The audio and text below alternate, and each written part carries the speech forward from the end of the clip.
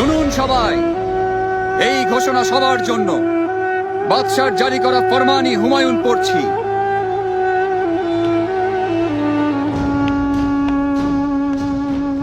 রমজানের এই পবিত্র মাসে আপনারা শুধু মুনাফার কথা না ভেবে আল্লাহ তাআলার সন্তুষ্টি অর্জনের লক্ষ্যে কাজ করুন, তার আদেশ মেনে চলার চেষ্টা করুন। বিশেষ করে রমজানে সবাই 5 ওয়াক্ত ফরজ নামাজ সব সময় জামাতে আদায় করবেন। তারাবির সময় সাম্রাজ্যের নিরাপত্তা প্রহরী ছাড়া বাদ বাকি সবাই এশার নামাজ পড়ার পর দোকান খুলে না বসে রমজানের রহমত অর্জন করার জন্য তারাবির নামাজ পড়তে যাবেন। যারা নামাজ না পড়ে দোকানে এসে ব্যবসা করবে তাদের কঠোর শাস্তি দেয়া হবে।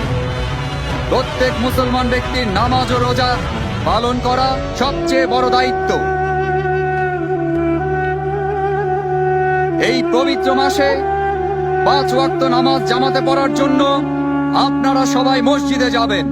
বায়াজিদ মসজিদের ময়দানে ইবাদত করতে আসা মহিলাদের আশেপাশে ঘোরাঘুরি করলে বা কোনো ক্ষতি করলে অথবা কোনো বেয়াদবি করলে কঠিন শাস্তি পেতে হবে। মহিলারা নামাজ পড়ার জন্য এবং ওয়াজ শুনতে যথাসময়ে উপস্থিত হবেন। নামাজের সময় ব্যতীত মসজিদ প্রাঙ্গণে মহিলাদের আনাগোনা একেবারে নিষিদ্ধ করা হলো।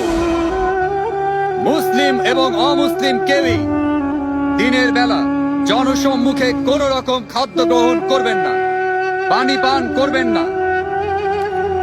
রাতের বেলা বিনা প্রয়োজনে ঘোরাঘুরি করা একেবারে নিষেধ। মহল্লাবাসী, ব্যবসায়ী এবং বাকি সবাই নিজেদের দোকান এবং বাড়ির আঙ্গিনা সব সময় পরিচ্ছন্ন রাখবেন। নিজের আশেপাশের পরিবেশ পরিচ্ছন্ন রাখার পাশাপাশি নিজেরাও পরিষ্কার পরিচ্ছন্ন থাকবেন। কাউকে বিরক্ত করা অথবা একে অন্যের ক্ষতি করা থেকে সবাই বিরত থাকবেন।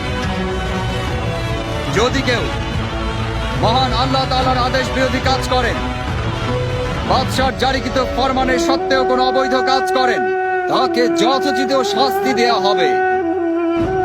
ধর্ম, শিষ্টাচার, নিষ্ঠা ছেড়ে যারা অভদ্র বা অন্যায় আচরণ করবেন এবং যারা মহান আল্লাহর হুকুম ছেড়ে হালাল ও হারামে কোন রকম ভেদাভেদ না করে জনসম্মুখে খাদ্য গ্রহণ করবেন, তাদেরকে গ্রেফতার করে আইন অনুযায়ী শাস্তি প্রদান করা হবে।